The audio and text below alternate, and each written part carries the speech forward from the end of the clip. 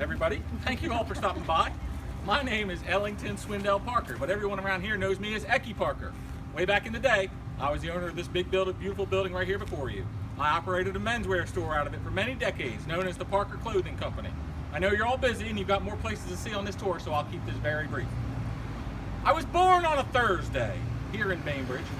The date was June 20th, 1907. That's 108 years ago for you folks today. I can tell you it was hot that day, as every June day in Bainbridge is, and it's an easy thing to say that there was a ferocious thunderstorm that swept through Decatur County that evening. When I was born, Bainbridge was one of the largest cities in southwest Georgia. The population in 1910, when I was 3, was 4,000 people. That's 3 times smaller than it is today. And the town was very isolated from the rest of the state and the surrounding area in general, like most southern small towns. It took 12 hours by train to get to Atlanta. Heading east, the dirt track, which you all call Highway 84 today, was known as the Thomasville Road, and heading west, it was known as the Dothan Road. And in the spring rainy season, the roads were virtually impassable because of the mud. The only paved roads in town were right here on the square, and on the short sections running up to the square. They were paved in brick. Today you can still see that brick on Water Street out in front of the courthouse over there, and some of the small patches, like right here, if it wasn't full of water, you could see the brick underneath that asphalt right there. The square was the center of life here in Bainbridge during my youth. Most businesses were located on the square or on the streets right off the square. There was no Walmart or any other big shopping centers. Where the Walmart is now was nothing but farms and woods, and once you got down Shotwell Street and onto the Thomasville Road, it was nothing but farms and woods again. There was no driving to Tallahassee or Thomasville or Dothan to go shopping. Everything you needed, you could get right here in the center of town. During my youth, we would roam around town with our friends, or go fishing on the river, or go wandering in the woods and the fields that surrounded the town. We used to swim in Lake Douglas. Back then, in those days, there weren't any houses around Lake Douglas. You might think we all swam in the Flint River, but back in those days, before they dammed up the lower Flint to form Lake Seminole, the current on the river was very swift and it was dangerous to swim there. Our parents would be hopping mad if they found out we went swimming on the river. Now back then, if we did go swimming on the river or get up to other mischievous business, we couldn't rely on secrecy to get away with it. Bainbridge was such a small town, like it is today. Everybody knew everybody else. People were always keeping an eye on all of us kids. Very often, news of our activities would get back to our parents before we had even returned home. Back then, we only went to school for 11 years, and I graduated from the Bainbridge High School. My family and I were members of the First Baptist Church. Now, the same year I was born, in 1907, my grandfather founded the Blumenstein Willis & Company clothing store.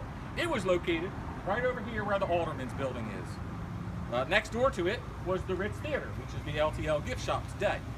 A 1909 issue of the Bainbridge Democrat, which was a newspaper back at the time, advertised with a large heading, "We believe in pushing things along. The big annual sale is now on, lasting for 30 days.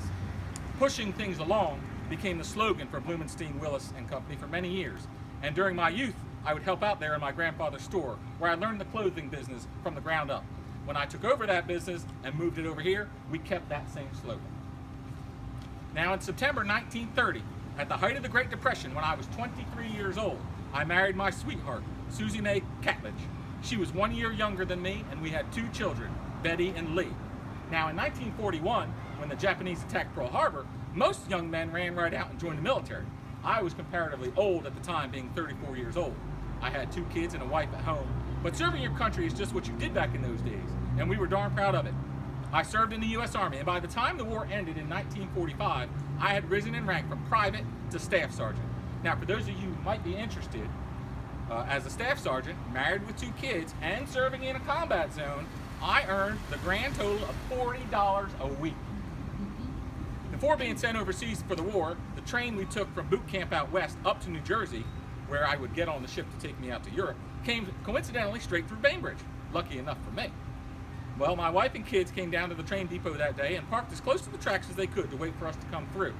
There were several soldiers on the back of the train, though, all standing and waving. I couldn't get close to the rail to see out.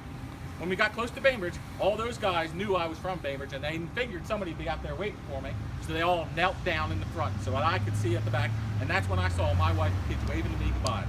That moment was so special to me and my family, it was the one moment in time that got me through the war. Now, when I got back from the war, I got back to business at the clothing store and living the small town life. I was the president of the Bainbridge Rotary Club, the Bainbridge Country Club. I was a member of the VFW and the American Legion. My family and I continued to go to the First Baptist Church, and I was a member of the Baraka Sunday School class. I retired in 1972 from the clothing business. However, I thoroughly enjoyed my years working, meeting the new people, and talking to all the locals as they came to shop. You know, being in the people business was part of my job. I made sure I always kept up with my friends and made sure that they were okay. After retirement, I picked up my golf game tremendously. My friends always described me as delightful, outgoing, and honorable, except apparently when it came to golf. And I didn't realize this. I didn't find out now until I read this script. Apparently, I was very temperamental.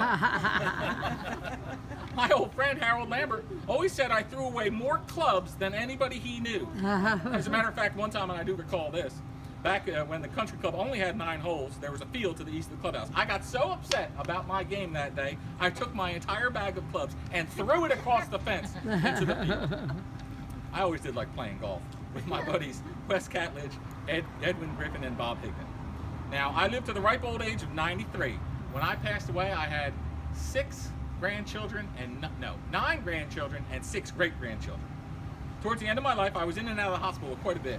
I became somewhat agitated and may have complained a bit too much, but I was tired of going to the hospital. Apparently, the hospital just brought out the worst in me. My daughter Betty was always checking in on me and talking to the doc.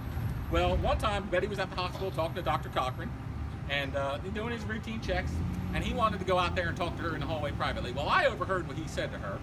He said, and I'm going to quote, "If he had another patient like me and Cheney Griffin, he would give up his medical practice and start pumping gas." I never knew I had that kind of effect on people.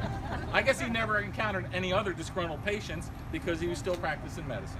Speaking of docs, I understand you're all on your way down to see old Doc Ehrlich. Tell him I said hello. Thank you all for coming. Thank you.